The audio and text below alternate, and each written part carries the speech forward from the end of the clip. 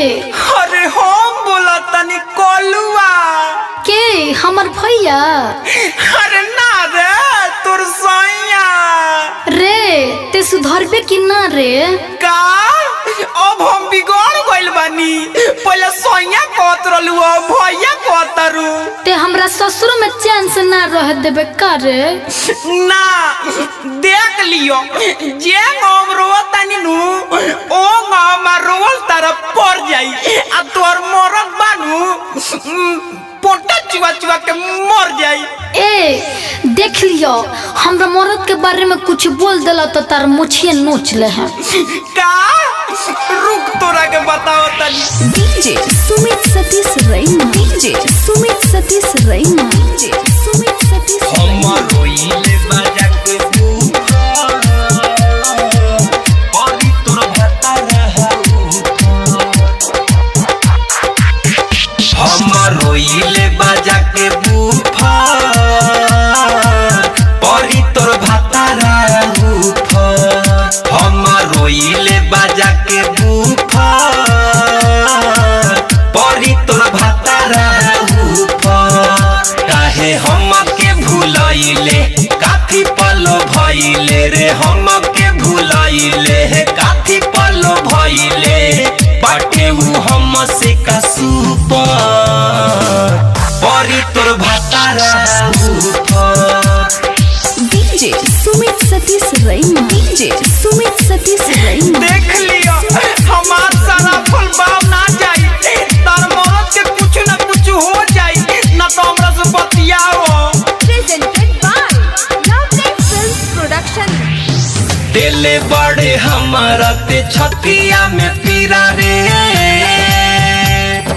परी तोरा देहिया में गतर गतर कीरा रे। तोरे परी हमरा ना।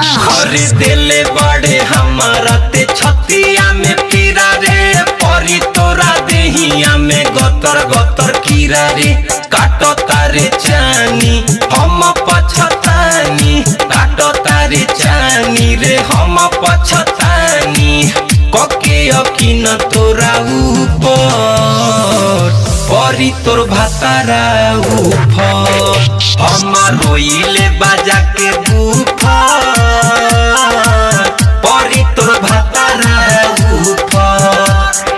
डीजे सुमित सतीश रैना, डीजे सुमित सतीश रैना। बड़का मरद वाला बनो तारू तहार मरद के भोगना भोगे के पड़ी। देख लियो हमार रोल परी। आप सुन रहे हैं अमित पटेल की आवाज में।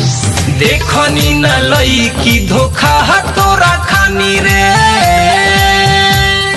चल गईले ससुराई चुस के जवानी रे।